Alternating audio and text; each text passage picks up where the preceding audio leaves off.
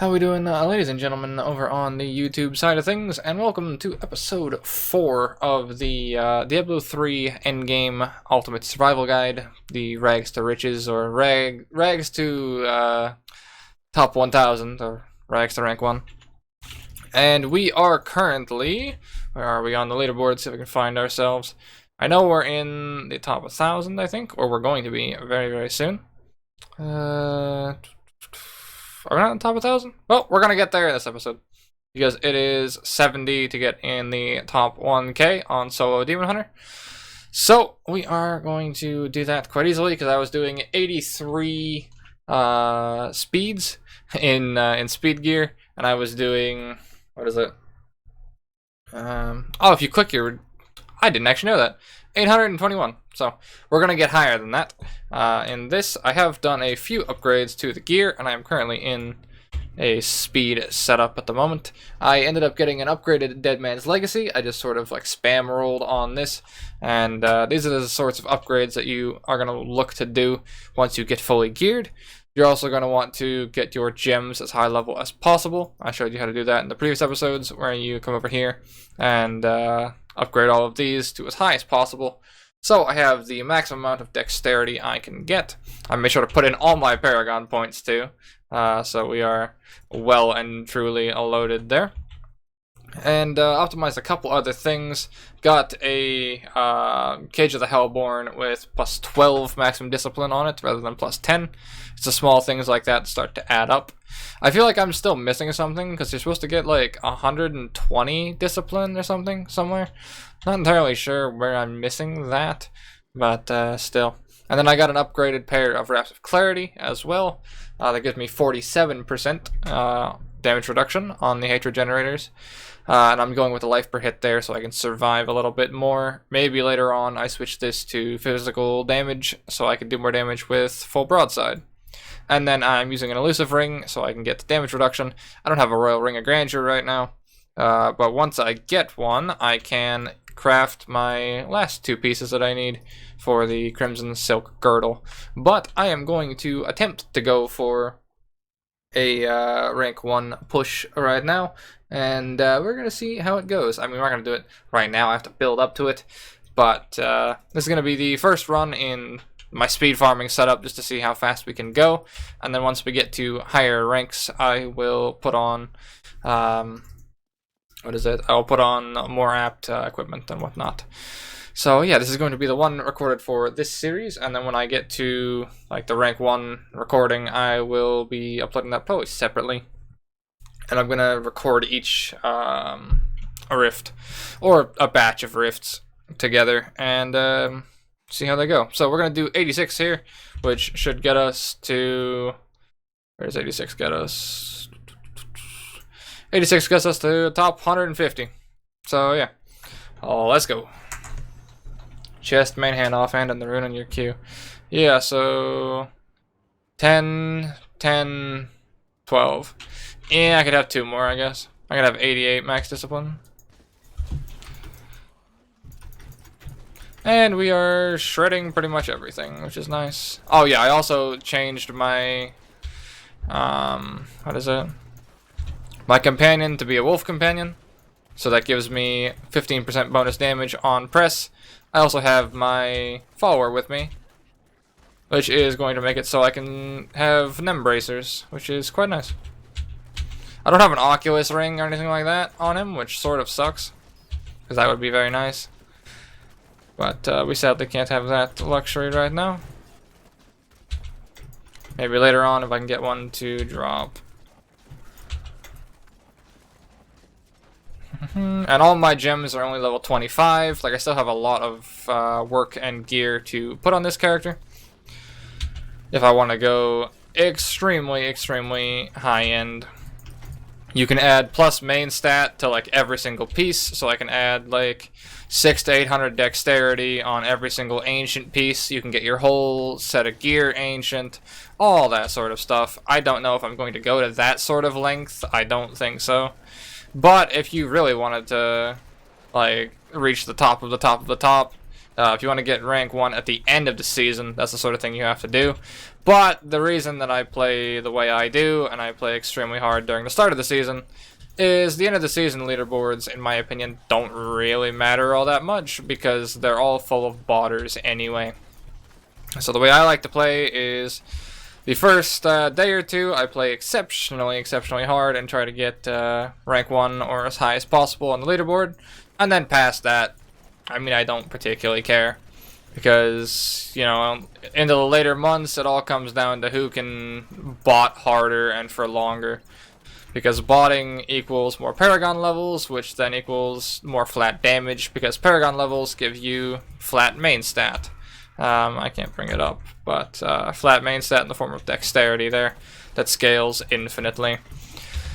Which is why botting is so prevalent. I mean, it's prevalent in any action RPG, but still. It's more prevalent in this because it will give you flat main stat, which means that the guy who's, what does it say, Paragon 500 playing legitimately, and the guy who's Paragon 1000 botting, can be on the exact same gear, and the guy who's Paragon 1000 can clear higher because of the main stat differential.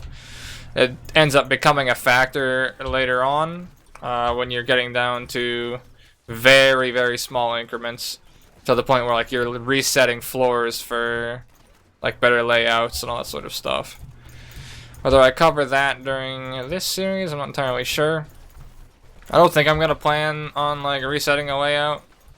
I mean, you basically just like escape, leave game if the layout's like garbage. I mean, this one kind of fucking sucks, but it's floor 2, so it doesn't really matter. Don't really get much in the way of choice. Certain mob types also suck. Like if I'm pushing and I get bees, for example, I will reset that if it's the first floor, because that's just not like enjoyable. Bees are one of my personal most hated mob types, so I mean the one I'm on right now also kind of blows, but it's whatever. Please be better. A little bit. It's so nice having numb bracers now, man. It really is. Oh, I backstepped that perfectly. You see that? 2,000 games of 80 carry right there. And 3,500 hours of Path of Exile, but, you know, the small victories. I don't think either of those are anything to brag about. Ow! That is the one problem with this build. Oh, my fucking Scoundrel thing didn't proc.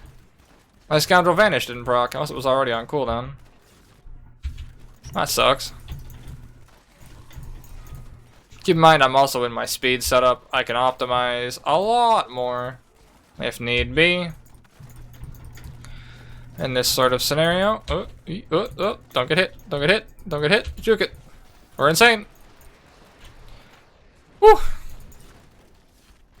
Of course, to get to like ultra high ranks, you don't have to play things like extremely squishy Demon Hunter. You can play tankier like Barbarian builds or Crusader builds that don't get one shot.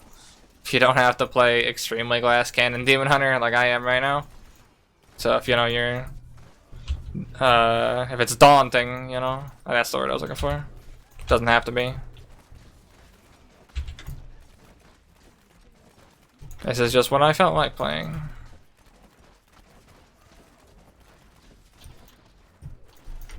Okay, you can fucking die anytime now, dude. There's the stun proccing off my legendary, or my legendary gem. There we go.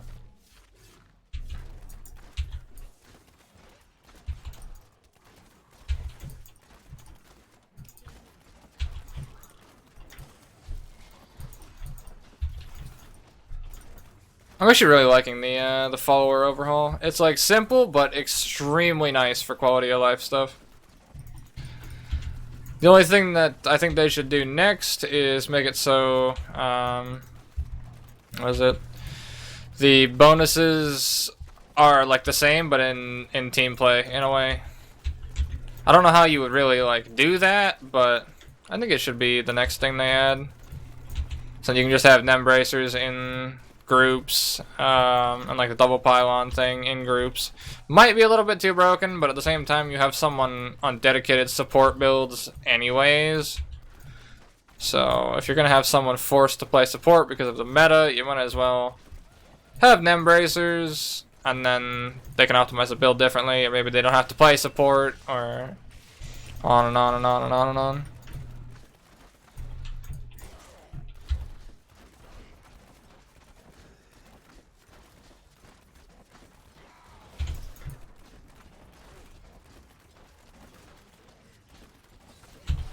Whew. Oh, you like that reaction time? Yeah, I'm fucking Korean in my spare time. Yeah, you hit my follower. You keep doing that.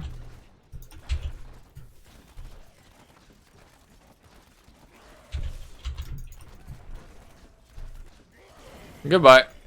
Solo Demon Hunter 161. You do love to see it. Top 150. Well, 160. We're going to upgrade. Fuck, I don't even know. I guess Stricken, I suppose. I mean, Trapped gives me the most damage, I think. Yeah. Trapped will probably give you the most, like, consistent damage. Yeah, I guess. And half my inventory is full of legendaries I'm probably gonna break down. Classic. But yeah, there is top 161. So that is probably going to bring the series to a relative close. There are a couple more things that I can do and I can show, which is like upgrading via, where is it? This thing, where the fuck did it go? Augmentation item.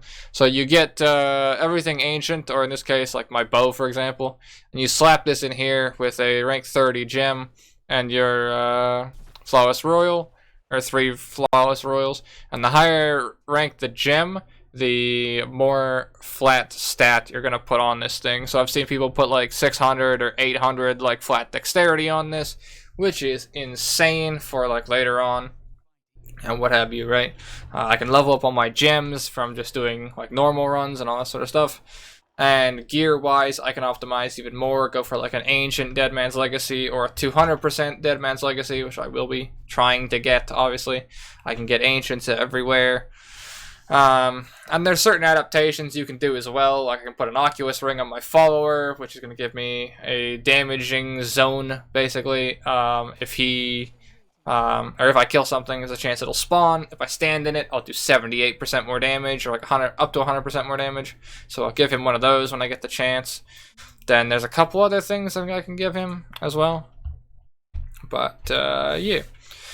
So I can get very niche sorts of upgrades. Things start to take a lot longer now to actually find upgrades, other than very small niche pieces every here and there. So looking for pretty much ancients everywhere, and then looking to augment stats everywhere that I can.